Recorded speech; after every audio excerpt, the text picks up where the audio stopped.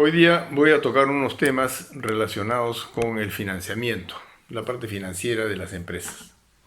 Este es un tema muy importante por razón de que es un alto componente del costo de producción, dado que se depende mucho de dinero de terceros o dinero de socios que puedan aportar, pero que van a estar encima de toda la operación del negocio. ¿Este dinero para qué sirve? Sirve en principio para comprar bienes de capital, tener capital de trabajo, equipamiento, ¿no? Y luego, teniendo todo esto, una vez que ya se hizo el estudio de mercado y todo lo demás, entrar a la venta. La venta también implica gastos, gastos de viajes, gastos de hoteles, gastos de conocer a las gentes y gastos de representación, etc. Esa es la parte de esta naturaleza. Luego, tenemos que pensar también en dar crédito. Crédito a los importadores es muy importante. ¿Por qué? Porque eso significa la competitividad de una empresa frente a terceros. Hay mucha gente que está en el mercado, hay que competir. Entonces la cosa no es tan simple. De tal manera que hay que estar preparado también para ese efecto, ¿no? De dar créditos. Luego, finalmente, tenemos el efecto de promoción. Y en eso vamos a ver dos frentes. Uno, que es la promoción del lado de las empresas. En las empresas tenemos todo lo que es la participación en cámaras de comercio, la participación de informaciones que yo pueda requerir, tener unas revistas especializadas si es que el negocio es importante y lo amerita, ¿no? Tener publicidad y participar en ferias, exposiciones, salones especializados o en misiones comerciales. Normalmente las misiones comerciales y todos estos elementos de promoción a nivel internacional están llevados en conjunto entre lo que es la empresa privada y el Estado, ¿no? Para eso están las asociaciones de exportadores, sociedades de industria, sociedades comerciales, ¿no? Etc. Pero como repito, el financiamiento es un elemento básico para poder sacar adelante una empresa. Ahora, el costo financiero, ese es otro problema. En los países desarrollados, los costos de financiamiento están entre el 2%, 2,5% y el 1, 1,5%, llegando hasta 3%. En cambio, nosotros, en nuestros países latinoamericanos, tenemos un alto costo financiero. Partamos del Perú, por ejemplo. En el Perú tenemos pues un costo financiero que nos puede llevar a las empresas medianas y chicas hasta un 10, 15, 18, hasta 20%. Entonces, ese costo es prohibitivo para poder sacar adelante un producto para la exportación. Sin embargo, las empresas grandes, por el menor riesgo que implica, pueden conseguir líneas de crédito a unos costos mucho más bajos, ¿no? Que puede estar entre el 6, 5%, por ahí. Es negociable. Esa es la banca comercial. Dentro de la banca comercial tenemos bancas internacionales que también en casos de empresas grandes pueden participar en un financiamiento. Por ejemplo, el Banco Mundial. El Banco Mundial está estatuido y su objetivo es financiar estados, países. No, pero dentro del Banco Mundial existe una rama que se llama el IFC, que es el International Finance Corporation, que financia proyectos de empresas o ampliaciones de empresas existentes. Entonces, ahí sí hay limitaciones de volúmenes, ¿no? Porque ahí tenemos que ir de los 5 millones para arriba o 10 millones para arriba. Entonces, hay limitación para las empresas pequeñas y medianas. Solamente las empresas muy grandes pueden tener acceso a este tipo de financiamiento. La competitividad también se mide a nivel internacional en estos efectos, ¿no? El financiamiento por eso es primordial. ¿Por qué? Porque evidentemente, si yo voy a competir a nivel mundial y otros están dando crédito al importador, yo debo estar en condiciones de poder dar ese tipo de crédito, proporcionar crédito o financiamiento a los importadores, ¿no? Para poder competir en el mercado internacional. Evidentemente, las condiciones económicas hay que evaluar en cuanto a cada país. El riesgo que implica estar en el mercado internacional viene por varios frentes. Uno, el país. ¿A qué países, dentro del estudio de mercados que estoy haciendo a nivel internacional, amerita ingresar con menos riesgo? O sea, el riesgo puede venir por el lado de un país de un dictador o un tirano que puede decir, ¿sabe qué? A partir de ahora no se otorga o no se entrega moneda dura o moneda extranjera, porque nos está faltando o porque no tenemos en las arcas suficientes. Entonces, evidentemente eso significa cortar la exportación o la importación en este caso. En cuanto a la situación económica de los clientes, es otro factor de riesgo sumamente importante. Yo puedo estar trabajando con una persona en estos días, puedo realizar un embarque y de repente pues entra en insolvencia y evidentemente no me va a poder pagar.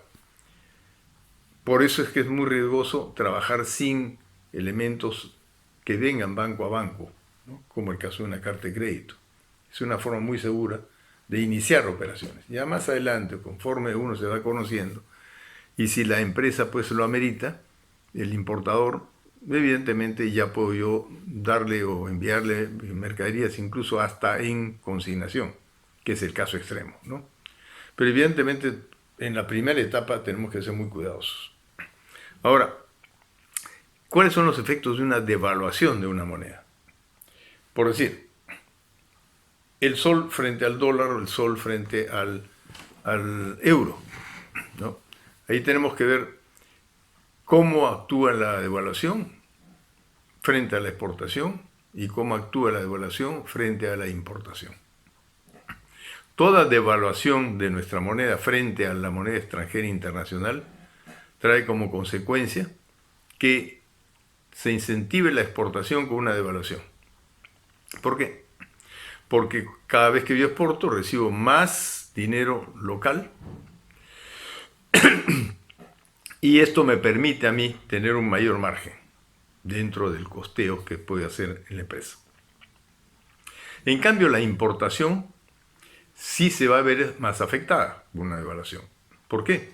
Porque cada vez que tenga que importar tiene que comprar con más dinero local moneda dura para lograr la importación, llámese dólares o euros o libra esterlina, etc., ¿no?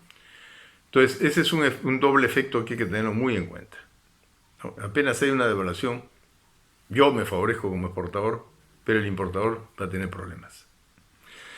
Entonces, por otro lado, debemos tener en cuenta también lo que es un mercado, o dentro del mercado, lo que es un mercado de compradores y un mercado de vendedores. Se ve mucho en los commodities o en los productos en términos generales.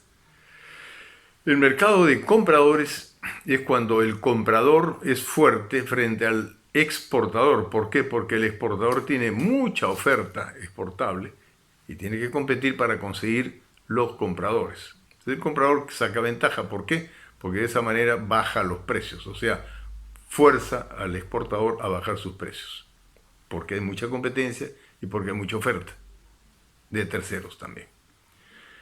Lo contrario, un mercado de vendedores es cuando el exportador tiene poca oferta y hay muchos importadores que sí les interesan estos productos y van a venir muchos a comprarme. Entonces yo puedo en ese momento sacar un poco de provecho y subir el precio. Me lo van a comprar, si que tienen necesidad en su mercado. Y ellos verán su política de subida de precios. Entonces, ese es otro factor importante a tener en cuenta en el momento que estamos hablando de la exportación. Ahora, dos factores también importantes que tenemos que considerar, que es una balanza comercial. Balanza comercial es la relación entre exportación e importación. Cuanto más volumen de exportación tengo y menos importación, se dice que esa balanza es superavitaria, o sea que tiene más ingresos que salidas, como cualquier persona en términos generales. Lo contrario sucede en el caso que las exportaciones sean menores que las importaciones. Entonces, en ese caso es una balanza deficitaria. De tal manera que la forma en que podemos pensar o mirar este tema es ambiguo. Muchas veces se importa más de lo que se esté exportando por el momento porque estamos capitalizando las empresas y el país. Entonces hay más importación que exportación y vienen ahí a jugar las líneas de crédito del proveedor o las líneas de crédito que se tengan disponibles en el país que hayan sido parte de una negociación bilateral. Y digo esto porque cuando se hacen los TLCs, que son multilaterales, o los acuerdos bilaterales comerciales, ¿no? Por ejemplo, Perú con Brasil. Bien, en ese caso se establecen las líneas o listas de productos que se van a intercambiar. El país A ofrece una lista de productos que van a interesarle al país B. Esto es parte de una negociación. Y el país B ofrece a su vez, en forma paralela, productos que sean de interés en el país A. Esta es la parte comercial. Paralelamente a eso, generalmente lo que se establecen son líneas de crédito recíprocas. ¿Qué quiere decir? Por decir, el país A otorga al país B una línea de crédito de 50 millones de dólares para que los importadores del país B tengan acceso a la compra de productos del país A.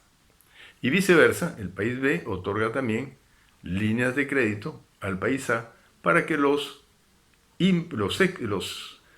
importadores del país A puedan comprarle productos o tengan acceso a la compra de productos del país B.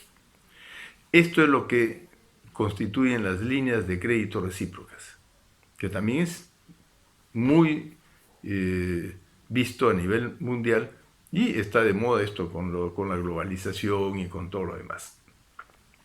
Luego tenemos el caso, debemos mencionar, las líneas que se establecen entre gobiernos.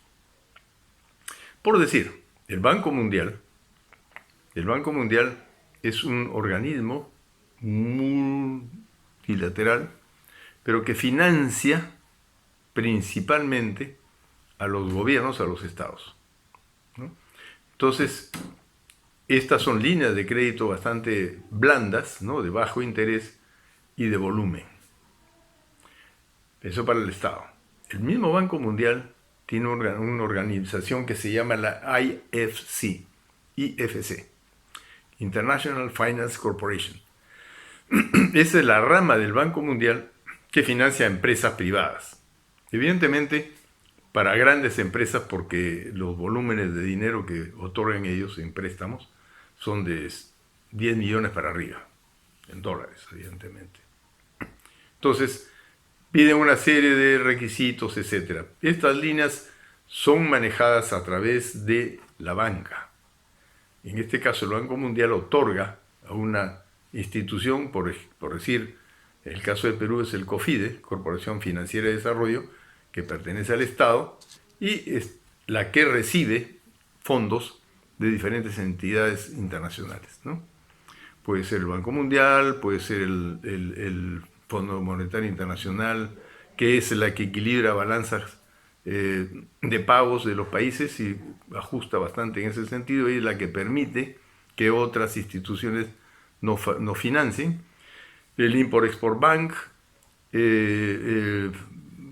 la bolsa, el Banco Nacional del Ahorro, el Citibank, en fin. Todas estas entidades tienen líneas de crédito que están disponibles para ser transferidas a los países y financiar medianas y pequeñas empresas y grandes también, con ciertas condiciones, obviamente, de garantías que las otorgan a esta organización que se llama COFIDE.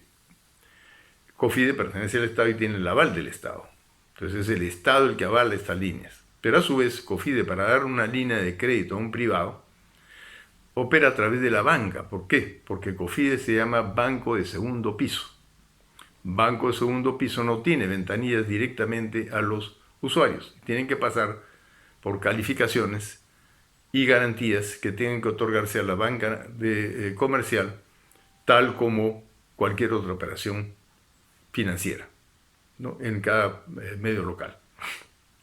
Aparte de eso, también ya las grandes empresas, ¿no?, o empresas fuertes, también son atractivas para colocar también acciones en bolsas. La bolsa de Nueva York, la bolsa de Londres, en Filadelfia, la bolsa de Filadelfia, la bolsa de Tokio. Y estas, si son apetitosas, adquieren estas o las ponen en roda de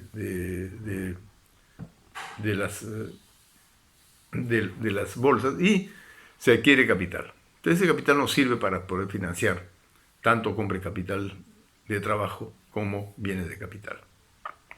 Obviamente todas están reguladas por un sistema que el Estado les va a poner las garantías, ¿no?, a través de un organismo como el caso en este caso estaríamos hablando de COFIDE.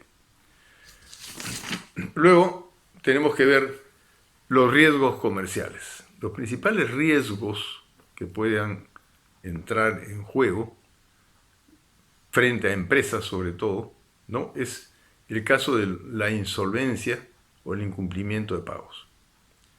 Insolvencia es no pago y el incumplimiento puede ser con mora o con demoras, pero que al final se paga. La otra puede ser en caso de algunas empresas que son familiares, en que el jefe o el padre de esta familia fallece. Entonces la empresa puede entrar en una desazón o un momento difícil y paralizan los pagos.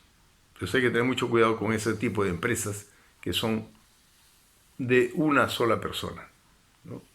Entonces ahí preferible es trabajar con sociedades o con empresas que tengan más de una persona.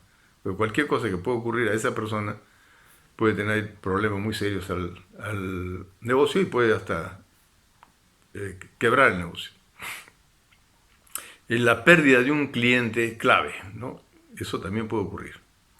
Si pierdo un cliente que es el que me compra la mayor cantidad de productos, evidentemente eso me puede traer problemas muy serios. Lo ideal es abrir o aperturar varias empresas en el exterior y en varios países, si es que los volúmenes de producción y exportación son asequibles a este tipo de operación. Entonces, es preferible abrirse, tener varias opciones, ¿no?, y no poner como se dice, todos los huevos en una sola canasta. Otro tema que puede ser las dificultades del Estado que pueda poner un coto a la disponibilidad de divisas o moneda dura de un país. Esto puede ser en los países que hay tiranos o que son completamente cerrados, ¿no?, o estatizados, ¿no? El Estado es el que dispone de todo. Entonces puede decir, ¿sabes qué? Ya no se entrega divisas porque no tenemos suficiente divisa para nuestras propias necesidades como Estado o como país. Entonces, evidentemente, eso sí es un tema que hay que tomarlo y valorarlo. Y los desastres naturales, ¿no? Un tsunami, un terremoto, incendios, se quema la planta o se quema el almacén de los compradores, evidentemente todo esto trae consecuencias de que se para o se paraliza todo. ¿De dónde puedo yo sacar información? ¿Quiénes pueden ser los que me puedan proporcionar información de aquellas personas, importadores potenciales, pero que no los conozco? Entonces, hay una serie de fuentes, ¿no? Hay Reuters para cosas más grandes, de operaciones mayores. Hay Dun & Bradstreet, que es una empresa que da informes comerciales y que lo utilizan también los bancos, ¿no? Pero yo puedo acceder a ellos. En cada país tiene oficinas y uno les solicita, necesito información de la empresa tal o cual, cuánto me cuesta, lo pago, ¿no?, y ya puedo acceder a una información bastante completa. ¿Qué es lo que viene ahí? Viene el nombre de la empresa, cómo está cotizada en el mercado, cuántos socios tiene, cuántos empleados tiene, si es una fábrica, cuántos obreros tiene, para más o menos darnos cuenta del calibre de la empresa, ¿no? Y las referencias de cámaras de comercio ¿no? Y bancos que ellos mismos pueden obtenerlas y entregándolas a nosotros. Entonces, esa es una forma de tener una cobertura relativa frente a los importadores que puedan estar en dudas de mi parte. Entonces, ese es el otro frente que nos puede ayudar bastante para poder llegar a obtener informaciones concretas de este frente. Ahora, hay bancas comerciales, hay bancas internacionales, hay bancas de fomento de los estados. La banca comercial, y ustedes lo conocen, son todas las que tenemos nosotros aquí al frente.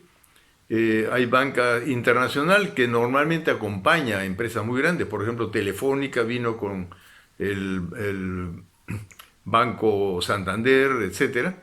¿Por qué? Porque son clientes muy grandes y poderosos y tratan de ayudarlos, apoyarlos en los mercados de destino a los cuales llegan estas empresas, ¿no? Así como esas hay muchas otras.